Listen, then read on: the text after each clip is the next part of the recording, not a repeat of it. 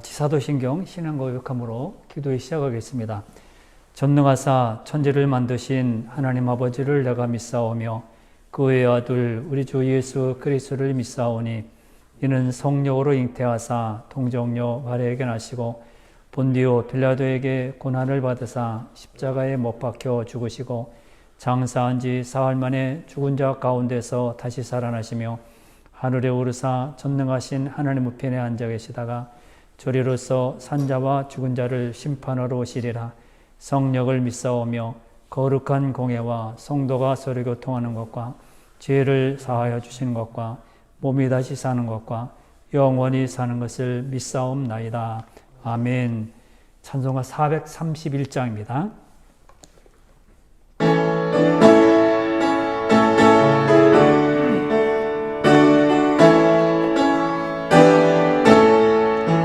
주 안에 기쁨인데 주 안에 살자 주 안에 평안인데 주 안에 살자 불안이 연기처럼 스며들어도 주 안에 사는 마음 기쁨 넘치네 주 안에 사랑이네 주 안에 살자 주 안에 소망이네 주 안에 살자 험푸른 성난파도 모로 덮쳐도 주 안에 사는 마음 평화 넘치네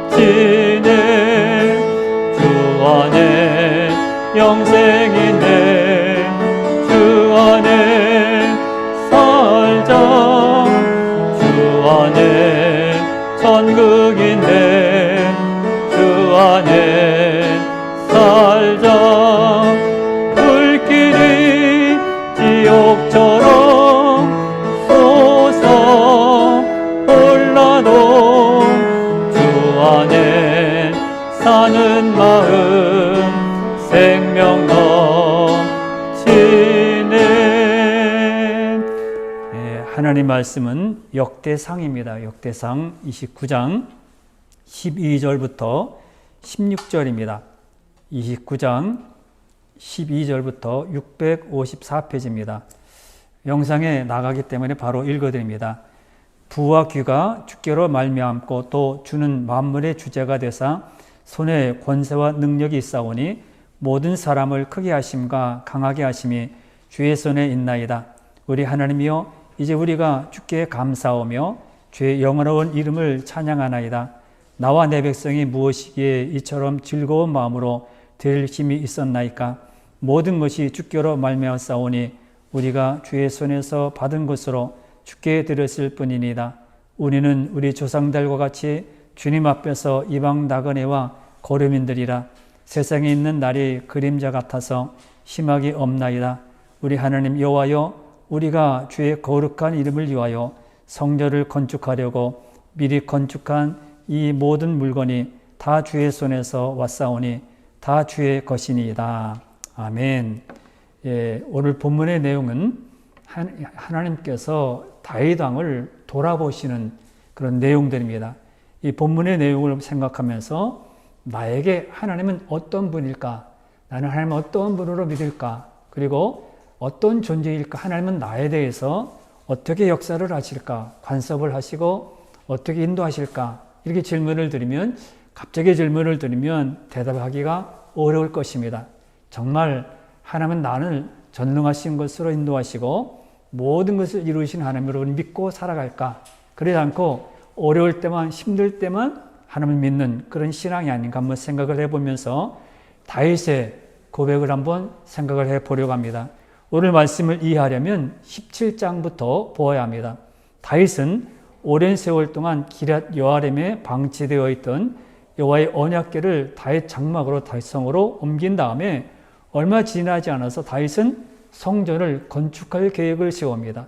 17장 1절에 보면 다윗이 그의 궁전에 거주할 때에 다윗이 선지자 나단에게 이르되 나는 백향목궁에 거주하거늘 여호와의 언약궤는 휘장 아래에 있도다 이렇게 말하면서 자신이 성전을 건축할 하나님의 들어갈 성전을 건축할 마음을 갖게 됩니다. 그때 나단 선지자도 당신의 생각이 옳기 때문에 좋으니까 그대로 행하소서 그렇게 말합니다. 그러나 하나님은 이 나단 선지자를 통해서 안 된다. 4절에 보면 17장 4절에 보면 너는 내가 거주할 집을 건축하지 말라. 그렇게 이제 나단 선지자에게 말해서 이 다윗에게 전하라고 말합니다. 그 이유는 28장 3절에 보면 다윗이 군인으로서 많은 피를 흘렸기 때문이라 이유를 말씀하십니다. 다윗은 그 일을 그의 아들들에게 맡긴다는 여호와의 말씀을 듣고 다윗은 그의 아들이 성전 건축을 편하게 할 수 있도록 모든 것을 준비합니다. 성전 지을 터를 준비하고 성전 건축의 재료나 비용들을 다 준비합니다. 다윗이 준비한 건축 재료와 비용을 보면 22장 역대상 22장 2절부터 16절 그리고 오늘 본문 29장 1절부터 9절 말씀이 보면 참으로 엄청나게 많이 준비하는 것을 봅니다. 이것은 성전 건축을 향한 다윗의 열망이 얼마나 강했는지 대단했는지 잘 보여줍니다. 성전 건물과 또 성전 기구들의 설계도도 준비를 합니다. 이 설계도는 28장 12절 말씀에 보면 성령의 영감에 따라서 준비한 것이라 성경은 그렇게 기록하고 있습니다. 성전 건축의 모든 준비를 모두 마친 후 다윗은 이스라엘의 모든 방백과 솔로몬에게 성전 건축에 대한 유언합니다. 그래서 이렇게 짓고 솔로몬도 너는 너희 마음속에 정성된 마음을 주어서 이 성전을 건축하라 이렇게 말합니다. 그리고 오늘 본문으로 돌아와서 갑자기 뛰어넘어서 29장 12절 말씀이 보면 다윗은 이렇게 성전을 짓도록 모든 것을 준비하고 다 완벽하게 만든 이후에 다윗은 하나님을 이렇게 말하고 있습니다. 12절에 보면 주는 만물의 주자가 되사 이렇게 말합니다. 이렇게 역사하시고 이렇게 모든 것을 인도하신 하나님에 대해서 다윗은 모든 주는 만물의 주자가 되사 이렇게 말합니다. 통치자가 된다는 말씀입니다. 주는 만물을 다스리시는 통치자라 그런 말입니다. 하나님은 나에게 어떤 분이십니까? 나를 돌보고 내 삶을 아시고 나에게 공급하시는 분이라 이렇게 말한 겁니다. 우리도 하나님을 때로는 잃어버릴 때가 있고 항상 내 하나님이 아니라 다른 분이 하나님이고 기도 응답에 없으면 내가 어려움을 당하면 누구의 하나님이라고 하지? 내 하나님, 전능하신 하나님 그렇게 고백하기가 어렵습니다. 다윗은 나를 돌보시고 내 삶을 아시며 나에게 나를 통치하시고 공급하신 분이라 이렇게 말했습니다. 또 하나님은 나를 돌봐주시고 내가 가야 할 길을 누구보다도 더 잘하시는 분이라 나보다 더 잘하신 하나님이 나를 매일매일 인도하신다. 그래서 우리가 매일매일 우리가 하나님을 인정해야 될 이유는 하나님이 언제나 나를 돌보고 계시기 때문입니다. 오늘도 5분 후에도 1초 후에도 내일도 한 달 후에도 내년에도 우리를 돌보고 계시기 때문입니다. 내가 괴로울 때 내게 힘이 되어주시고 내 삶을 아시는 분은 누굴까요? 사람일까요? 내가 가장 잘 친한 그런 사람일까요? 아닙니다. 하나님입니다. 다윗은 왕입니다. 이스라엘의 12지파를 다스리는 왕입니다. 그런데 다윗은 내가 통치자가 아니다. 이 이스라엘을 다스리는 왕이 아니다. 나는 아니고 하나님이 나의 통치자라 말합니다. 오직 주님이 통치자라고 말합니다. 다윗은 가정이나 또 군사, 정치 모든 반면에 모든 곳에 대해서 하나님이 다스리고 계시다. 돌보고 계시다. 만물의 주자가 되신다고 말씀하고 그리고 손에 권세와 능력이 있다. 그 하나님의 손에 권세와 능력이 있다고 말합니다. 힘과 능력이 주의 손에 있다는 고백입니다. 돈, 명예, 건강, 길을 인도해 주시는 것, 사업을 이끌어 주시는 분, 넘어진 자녀를 일으켜 주는 그런 힘이 되어 주시는 분이 누굽니까? 사람이 아닙니다. 하나님께 있다는 겁니다. 다윗은 하나님이 자녀를 일으켜 세워 주시고 또 이끌어 주고 사업과 돈과 명예, 건강도 인도하신다. 그 손에 권세와 능력이 있다. 이렇게 다윗이 고백한 것입니다. 그리고 12절 뒤에 보면 모든 사람을 크게 하심과 강하게 하심이 주의 손에 있다는 겁니다. 사람에게 있지 않다 말했습니다. 그럼 우리가 주님을 믿고 주를 따라가는 하나님의 자녀로서 정말 감사하고 기뻐야 할 것은 내게 모든 능력이 있지 않다는 겁니다. 어떤 사람에게 큰 힘이 있지 않다는 겁니다. 모든 사람을 크게 하시고 강하게 하신 것이 사람이 아니라 주의 손에 있다는 겁니다. 나라를 크게 하심과 강하게 하심이 주의 손에 있습니다. 교회를 가정을 크게 하심과 강하게 하심이 주의 손에 있습니다. 모든 것은 주의 손에 있다는 것을 인정해야 합니다. 하나님은 만물의 주자가 되시고 그의 손에는 권세와 능력이 있으니 모든 사람을 크게 하시고 강하게 하심이 하나님의 손에 있다는 고백입니다. 그래서 다윗은 14절에서 나와 내 백성이 무엇이기에 이처럼 즐거운 마음으로 들을 힘이 있었나이까. 모든 것이 주께로 말미암아 싸우니 우리가 주의 손에서 받은 것으로 주께 드리실 뿐입니다. 이렇게 말합니다. 부자가 되고 존귀하게 되는 것이 하나님께로부터 온다는 겁니다. 다윗은 성전 건축의 꿈을 이루지 못했지만은 왕이 된 자신의 모습과 자신의 소유가 자신의 힘과 노력에 의해서 얻어진 것이 아니라 하나님이 주신 선물인 것을 깨닫고 즐거운 마음으로 자원하는 마음으로 하나님께 드렸습니다. 그리고 12절에서 이렇게 말한 다음에 13절 말씀에 보면 우리 하나님이여 이제 우리가 주께 감사하며 주의 영원한 이름을 찬양하니다. 이렇게 말합니다. 찬양했습니다. 하나님께 찬양을 돌립니다. 다윗은 그날의 기쁨과 감격을 숨기지 않았습니다. 모든 사람이 성전 건축하는 모든 일에 모든 물건을 드리고 금이나 은이나 모든 것을 드렸을 때 너무너무 기쁜 거예요. 그래서 그날의 감격을 숨기지 않았습니다. 찬양합니다. 백성들도 그날 다윗 왕과 함께 기뻐하며 찬양합니다. 9절에 보면 힘이 기뻐하니라. 10절에서 여호와를 송축하여 또 22절에 보면 크게 기뻐하여 이렇게 성경을 기록하고 있습니다. 우리도 다윗처럼 찬송해야 합니다. 다윗이 누렸던 비결이 바로 여기에 있었습니다. 주님을 높이고 주님이 이루신 모든 것을 찬양하며 그렇게 노래했습니다. 다윗 왕처럼 입을 크게 열어서 주님을 송축하고 주님께 모든 영광을 돌려야 합니다. 그리고 14절에서 즐거운 마음으로 드렸다고 말합니다. 나와 내 백성이 무엇이기 이처럼 즐거운 마음으로 드릴 힘이 있었나이까 그렇게 말합니다. 다윗은 즐거운 마음으로 드렸습니다. 드린 것이 29장 1절부터 9절 말씀에 나타나 있는데 다읽지는 못하고 4절에 보면 곧 오빌의 금 3,000달란트와 수는 7,000달란트라 모든 성벽에 입혔고 그 다음에 7절에 보면 하나님의 성전 공사를 위하여 금 5,000달란트와 금 1만 다릭 은 10,000달란트와 돈 18,000달란트와 1,007만 달란트를 드리고 이렇게 말씀했습니다. 이렇게 많은 것을 드렸다는 것입니다. 우리가 생각해 보면 헌금을 잘 못하는 그런 이유는 내 것이라고 생각하기 때문입니다.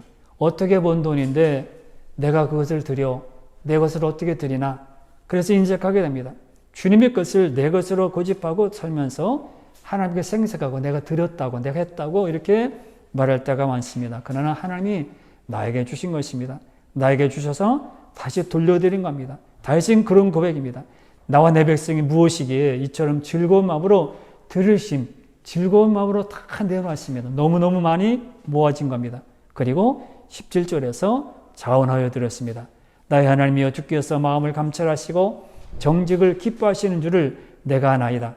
내가 정직한 마음으로 이 모든 것을 즐거이 드렸사오며 이제 내가 또 여기 있는 주의 백성이 주께 자원하여 드린 것을 보니 심히 기쁘도소이다. 이렇게 말합니다. 다윗 왕의 감사의 신앙은 자신에게만 머물지 않고 백성들에게도 같은 마음으로 백성들을 자원하여 드렸습니다. 내 마음이 이래서 참 이렇게 했으면 좋겠는데 그런데 백성들도 똑같이 그 마음으로 이렇게 성전 건축을 위해서 다 드렸습니다.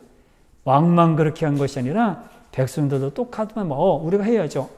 신명기 16장 10절에 내 하나님 여호와 앞에 실질절을 지키되 내 하나님 여호와께서 내게 복을 주신 대로 내 힘을 헤아려 자원하는 예물을 드리고 그랬습니다. 맥주절에 7주절에 이스라엘 백성들은 자원하는 예물을 드렸습니다.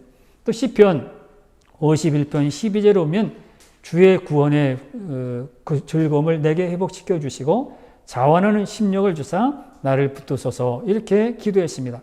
자원하는 심령은 내가 결심한다고 되는 것이 아닙니다. 인간의 결심은 참 약합니다. 내가 할 수 있지. 새해가 되었으니까, 새로 맡았으니까, 새롭게 모든 것을 주어졌으니까 할 수 있다고 하지만은 인간의 결심은 얼마 가지 못합니다. 장담하고 다른 사람과 나는 달라요. 그러지만은 사람의 결심은 얼마 가지 못합니다. 다윗은 자원하는 심령을 달라고 기도했습니다. 자원하는 심령을 주셔서 나를 붙들어 달라고 기도한 겁니다. 주님, 내가 스스로 드릴 수 있는 마음, 억지로 누가 시켜서 그것이 아니라 주님, 자원하는 마음을 달라고 그는 기도한 겁니다. 그리고 쭉 내려가서 다윗은 18절에서 아브라함과 이삭과 이스라엘 하나님 여호와여, 주의 백성들의 마음에 이와 같이 헌신한 마음이 항상 있게 하시고 주께 대한 그들의 사랑이 언제나 변하지 않게 해달라고 기도합니다. 그리고 19절에 이렇게 기도합니다. 내 아들 솔로몬에게 주를 향한 정성된 마음을 주셔서 주의 모든 법과 명령에 순종하게 하시고 내가 준비한 자재로 성전 건축을 완성하게 하소서, 이렇게 주에서 기도했습니다. 그는 이제 성전 건축을 못 봅니다. 그러나 솔로몬이 뒤를 이어서 성전 건축을 할 때에 하나님, 주를 향한 정성된 마음을 주어서 인간적인 마음으로 이렇게 해야 되겠다, 그것이 아니라 주를 향한 정성된 마음을 주어서 주의 모든 법과 명령에 순종하게 하고, 자기 마음대로 하는 것이 아니라 법과 명령에 순종하게 하고, 또 내가 준비한 자재로 성전 건축을 완성하게 해달라, 그렇게 기도했습니다. 그런 다음에 다윗이 백성들에게 우리 하나님 여호와를 찬양합시다, 그렇게 말하자 그들이 여호와께 찬양하고 머리를 숙여 여호와와 왕에게 경배했습니다. 다음 날 그들은 숫송아지와 수양과 어린 양을 각각 1000마리씩 가지고 와서 여호와께 번제를 드리고 또 모든 이스라엘 백성들을 대신하여 술을 부어 전제를 드리며 그 밖에 다른 제사도 함께 드렸습니다. 이 말씀에서 우리가 생각하는 것은 다윗처럼 우리도 하나님을 인정하고 믿고 주님의 영광을 돌려야 합니다. 그럴 때 부와 귀는 언제나 나를 떠나지 않게 됩니다. 그것을 온전하게 믿는 주의 거룩한 백성들이 되어서 나는 이렇게 생각하고 나는 부족하고 연약하지만은 그러나 주님이 이루신 것을 말해야 합니다. 지난번에 수요하여 기도에 또 말씀드린 것처럼 주의 행하신 일을 찬송하라고 했습니다. 내가 행한 일이 아니라 주님이 행하신 일을 찬양하라. 다윗은 그랬습니다. 주님이 이루신 것을 백성들아 찬양하자. 모든 백성들아 다 드리자.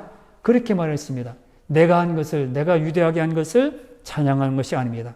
사람들은 자기가 한 일을 자꾸 자랑하고 싶고 나타나고 싶고 사람들에게 알리고 싶습니다. 그러나 성경은 뭐라고 합니까? 주의 행하신 것을 찬양하고, 이 오늘 다윗도 주님이 크게 하시고 능력 있게 하신 것을 찬양했습니다. 영광을 주께 돌렸습니다. 나는 내 가족은 이런데 드릴 힘을 주셨고 자원하는 마음을 주셨다고 말합니다. 우리도 온전한 마음을 갖고 이런 성도들이 되어서 오늘도 찬양의 마음으로 기도하는 아름다운 시간이 되시기를 바랍니다. 그래서 찬송가 마지막으로 부른 다음에 함께 기도하겠습니다. 435장입니다. 435장 찬송을 부릅니다.